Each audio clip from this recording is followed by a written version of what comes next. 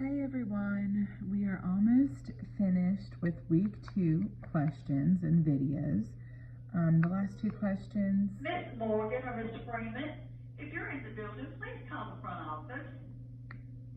Sorry about that, guys. Miss Sevier is still at the school and we are still getting announcements. But what I was saying is 26 and 27 will be the last 2 questions that were part of your assignment for week 2. So I'm going to start with question number 26 to review. Wendy filled a bucket with vegetables from her garden. The vegetables weighed 7,000 grams. So we haven't talked about measurement yet.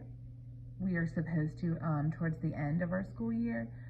But when you are trying to weigh something to see how heavy something is, you can weigh in pounds or you can weigh in grams.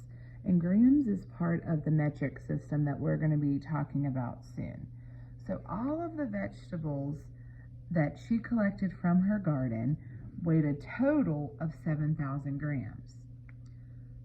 But she sold 4,200 grams of the vegetables. How much did the remaining vegetables weigh? So the word remaining pretty much means how much do the vegetables weigh that are left. If something is remaining, that means it's left over. So we know the total that they started with, which was 7,000 grams. And if she sold 4,200 grams, then we can subtract that amount. This is what she sold. And you know, Miss Sevier always says good mathematicians organize their math work by using labels so we know what the numbers represent. What do they mean?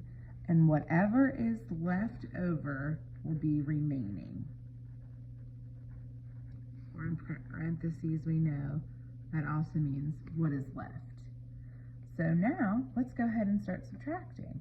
We can tell that we are subtracting across zeros, so we can assume that eventually we're going to have to do some borrowing.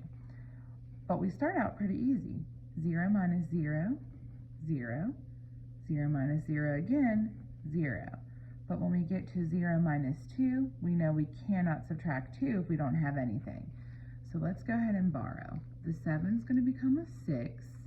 And what we did was we basically borrowed 10 hundredths because 10 hundredths equals 1,000 that we just borrowed. So put that 10 right there in the hundreds place. And 10 minus 2 equals 8. And 6 minus 4 equals 2. So the remaining vegetables weigh 2,800 grams. So if they were using a scale, that's how much the remaining or leftover vegetables would weigh. I think because that didn't take too long, I'm going to go ahead and review question number 27 in this same video for you, okay? And that's going to take us back all the way to the beginning of the school year when we were talking about data using graphs. So I can already tell if I analyze my graph, we are talking about favorite pizza toppings. Yum. Y'all know Miss Sevier loves pizza, but don't worry, I've still been eating healthy like y'all have been reminding me to do. So we have 4 different toppings: cheese, pepperoni, sausage, mushroom.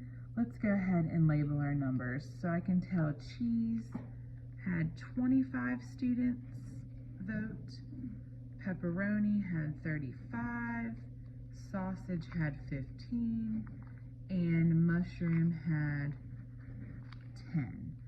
So talking about the number of students and what pizza topping. Now I can go ahead and start reading the question. 4th grade students were surveyed about their favorite pizza topping. This graph shows the results, and we've already noticed that after we labeled the graph. How many more 4th graders chose pepperoni or sausage than chose the other toppings? So we kind of have 2 different groups here.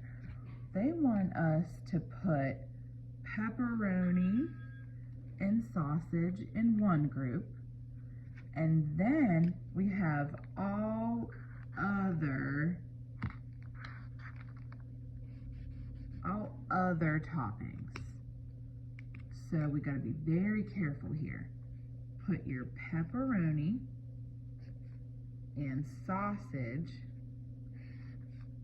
together, and then we need to put the other toppings together. Kind of like a multiplicative comparison problem using data from our graph. So pepperoni and sausage. Pepperoni would be 35, sausage 15. So if I put those together, 5 plus 5 is 10, carry that 1, 3, 4, 5. So together, pepperoni and sausage have 50, okay? So we used pepperoni, we used sausage. Let's look at the other toppings, which would be cheese and mushroom. 25 for cheese, 10 for mushroom. That's a 5, that's a 3. So we know that pepperoni and sausage with the number 50 is more than the number 35. We know that, right? 50 is larger than 35. So our question wants to know how many more, how much more is 50 than 35? So to do that, how much more or how many more, we always want to subtract. So our final step would be subtracting 50 minus 35. If I only have 0, I cannot subtract 5. Let's do some borrowing. 10 minus 5 is 5. 4 minus 3 is 1. So 15 more people voted for pepperoni / sausage than they did the other toppings. So our final answer is C, 15. That was a very tricky problem. That's a 3-step problem now that I think of it, guys. So this would be our first step. This would be our second step. And then our third step would be to figure out how many more or how much more.